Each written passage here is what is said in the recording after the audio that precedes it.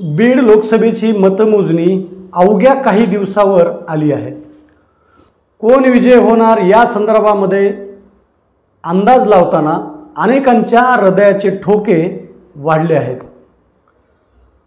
राष्ट्रवादी काँग्रेस शरदचंद्र पवार गटाकडून बजरंग सोनवणे हेच 1 ते 1.5 लाख मतांनी विजयी होणार आहेत, तर पंकजा मुंडे समर्थक हे सुद्धा सांगत आहेत की पंकजा मुंडे या सुद्धा 1 ते 1.5 लाख 2 लाख मतांनी विजयी होणार आहेत। असे दावे प्रतिदावे सुरू आहेत। एकंदरीतच नेमकं मतमोजणीच्या अगोदर 3 ते 4 दिवसा अगोदर नेमकं चित्र काय आहे, जातीय समीकरण आणि जरांगे फॅक्टर प्रभावी ठरल्याने निकाल नेमका काय लागू शकतो याचा अंदाज बांधणे सध्या कठीण झाले। पंकजा मुंडे यांच्यासाठी परळी आणि आष्टी, तर बजरंग सोनवणे यांच्यासाठी गेवराई आणि बीड हे 2 मतदारसंघ एकंदरीत या दोन्ही उमेदवारांना कलाटणी देणारे आहेत विजयासंदर्भामध्ये। आतापर्यंत अनेकांचे अंदाज आपण ऐकले आणि पाहिले सुद्धा। आज आपण परळी आणि आष्टी हे मतदारसंघ पंकजा मुंडे यांना विजयी करण्यासाठी महत्त्वाचे नेमके का ठरणार आहेत, नेमकं या मतदारसंघामध्ये कमीत कमी आणि जास्तीत जास्त मताधिक्य किती येऊ शकतं। सुरेश धस, आष्टीमध्ये सुरेश धस आणि परळीमध्ये धनंजय मुंडे, वाल्मिक कराड आणि बीडमध्ये जरांगे, बीड आणि गेवराईमध्ये जरांगे फॅक्टर किती प्रभावी ठरला, या सर्व मुद्द्यावरती आपण या व्हिडिओच्या माध्यमातून चर्चा करणार आहोत। अंतिम विजय कोणाचा होणार आहे हे काही मुद्द्यांच्या आधारे आपण व्हिडिओच्या शेवटी सांगणार आहोत, त्यामुळे व्हिडिओ शेवटपर्यंत पहा। नमस्कार, आपण पाहताय महाराष्ट्र टुडे न्यूज चॅनल।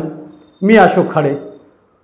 चॅनलवर नवीन असाल तर चॅनलला सबस्क्राईब करा, कमेंट करा आणि आपल्या जास्तीत जास्त मित्रांपर्यंत हा व्हिडिओ शेअर पण करा। चला तर मूळ मुद्द्याकडे वळूया मित्रांनो। बीड लोकसभा मतदारसंघामध्ये एकंदरीत 15,19,523 मतदान झालेलं आहे। मतांचा टक्का वाढल्याने याचा नेमका फायदा कोणाला होणार याविषयी मतदान झाल्यापासून आजपर्यंत सर्वत्र चर्चा आहे।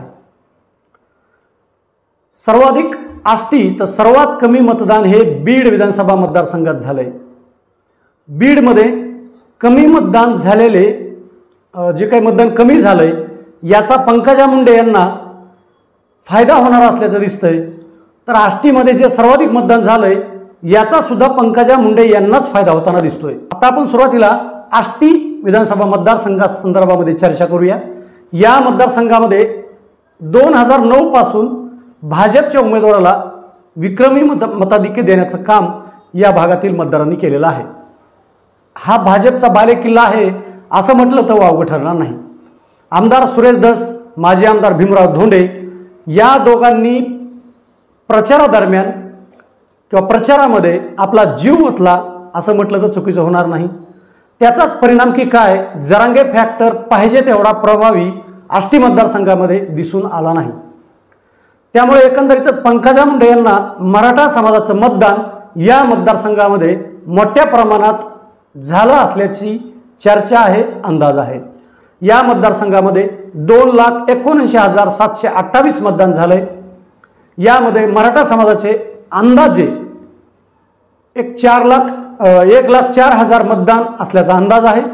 तर यापैकी 15% मतदान मराठा समाजाचं, मुस्लिम समाजाचं 3%, मागासवर्गीय समाजाचं 20% मतदान जरी पंकजा मुंडे यांना पडलं असं गृहीत धरलं तर पंकजा मुंडे यांना या मतदारसंघात 1,36,092 मते पडतात किंवा पडण्याचा अंदाज आहे। तर बजरंग सोनवणे यांना ओबीसी मताची 3% मते मिळतील असा अंदाज आहे।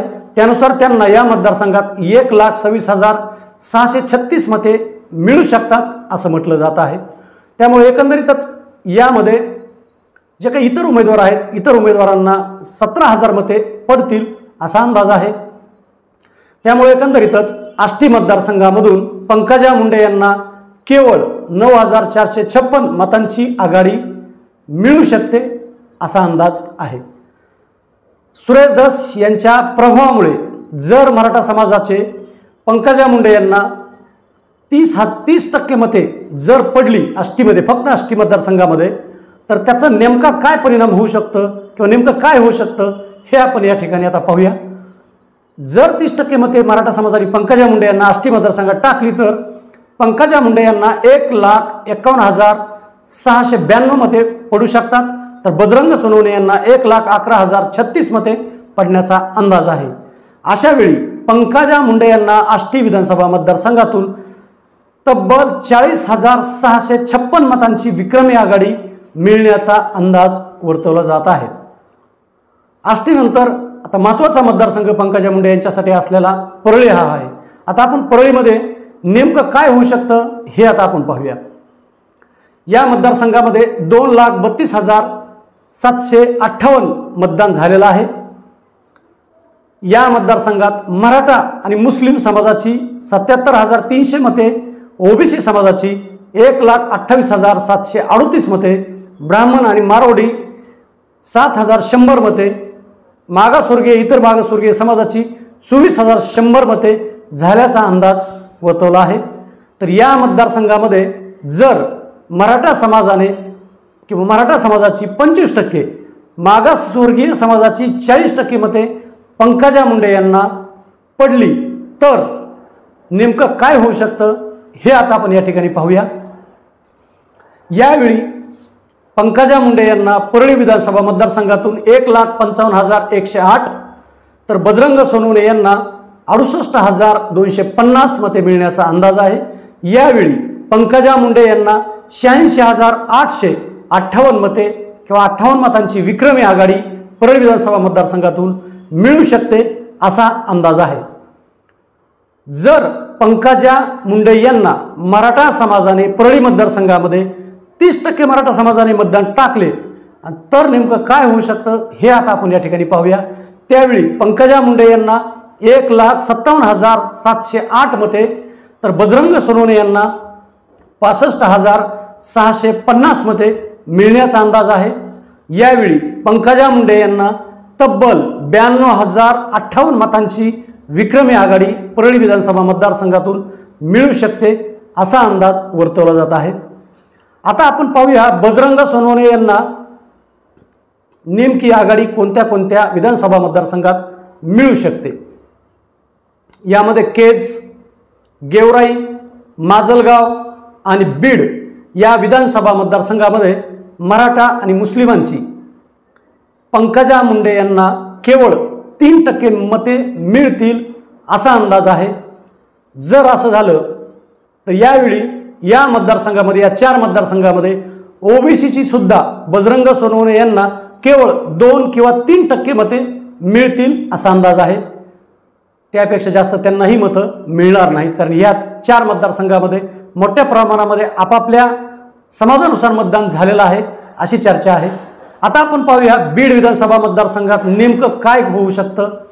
या मतदारसंघामध्ये बजरंग सोनवणे यांना जास्तीत जास्त 45,000 मतांची आघाडी मिळू शकते, तर गेवराई मतदारसंघामध्ये बजरंग सोनवणे यांना 25,000 मतांची आघाडी मिळू शकतं असा अंदाज आहे।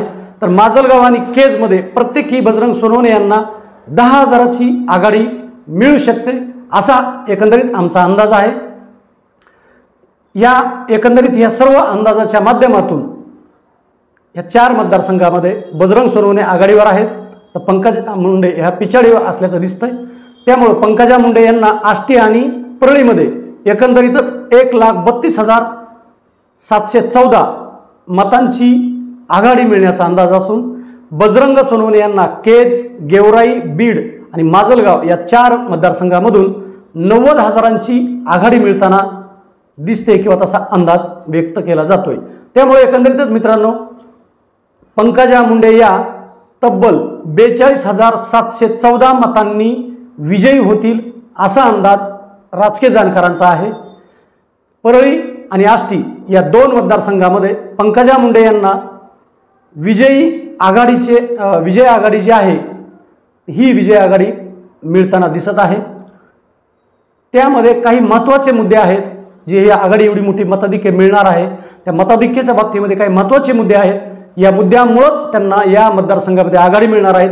नेमके ते मुद्दे काय आहेत हे आता आपण पाहूया। आष्टीमध्ये आमदार बाळासाहेब आजवे यांच्यापेक्षा मराठा समाजामध्ये आमदार सुरेश धस यांचा प्रभाव जास्त आढळून आला। त्यांच्या मताला किंवा त्यांच्या शब्दाला मराठा समाजाने या मतदारसंघामध्ये किंमत दिली असं म्हणता येईल। त्यामुळेच एकंदरीत मराठा समाजाची मते या मतदारसंघात पंकजा मुंडे यांना पडताना दिसतात।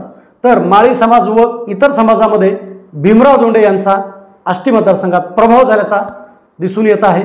सुरेश धस यांचा एकंदरीत प्रचारामध्ये त्यांनी जे काही विकासाच्या मुद्द्यावर त्यांनी जी प्रचार केला, स्थानिक लेवलला प्रचार केला, सरपंच असतील किंवा पदाधिकारी असतील यांना स्वतः भेटून जे प्रचार केला, त्यांना बोलून जे प्रचार केला, तो प्रचार खऱ्या अर्थानं प्रभावी ठरला आहे अशी चर्चा आहे। तर परळीमध्ये धनंजय मुंडे आणि वाल्मिक कराड यांनी आतापर्यंत केलेली विकास कामे, सर्वच समाजातील जोडलेली माणसं, प्रभावी प्रचार यंत्रणा आणि एक तगडे नियोजन या जोरावर पंकजा मुंडे यांना मराठा, मुस्लिम आणि मागासवर्गीय समाजाची 50% जास्त मतं मिळताना दिसत आहेत। तर दुसरी गोष्ट, पंकजा मुंडे या स्थानिक उमेदवार आहेत, त्याचाही फायदा त्यांना परळी मतदारसंघामध्ये होणार असल्याचं म्हटलं जात आहे। एकंदरीत याचमुळे ह्या 5-4 मुद्द्याच्या आधारेच परळी मतदारसंघामध्ये 80 ते 90 हजाराची आघाडी पंकजा मुंडे यांना मिळू शकते असा एकंदरीत अंदाज आहे। दुसरी बात, आष्टी आणि परळी पंकजा मुंडे यांची जर लीड कमी झाली तर त्यांचं मताधिक्य कमी होऊ शकतं। या उलट गेवराई आणि बीड, माजलगाव, केज आपण गृहीत धरलं, यापेक्षा जर जास्त आघाडी बजरंग सोनवणे यांना राहिली तर पंकजा मुंडे यांचं मताधिक्य कमी होऊ शकतं किंवा त्यांना धोका सुद्धा या 2-4 मतदारसंघाच्या माध्यमातून होऊ शकतो असं म्हटलं जात आहे। पण आपण या ठिकाणी 4 मतदारसंघामध्ये गेवराई, केज, माजलगाव आणि बीड या मतदारसंघामध्ये पंकजा मुंडे यांना मराठा आणि मुस्लिम समाजाची केवळ 3% मतदान पकडलेलं आहे। त्यामुळं यापेक्षा आघाडी या मतदारसंघात त्यांना बजरंग सोनवणे जास्त मिळेल असा अंदाज, मिळेल अशी शक्यता कमी आहे असं म्हटलं जात आहे। त्यामुळं एकंदरीतच नेमकं आमच्या या रिपोर्टबद्दल आपल्याला काय वाटतं, अंदाजाबद्दल आपल्याला काय वाटतं याबद्दल कमेंट बॉक्समध्ये जाऊन व्यक्त व्हा। चॅनलवर नवीन असाल तर चॅनलवर सबस्क्राईब करा, शेअर करा आणि कमेंट करा। पुन्हा भेटू वेगळ्या विषयावर। तोपर्यंत नमस्कार।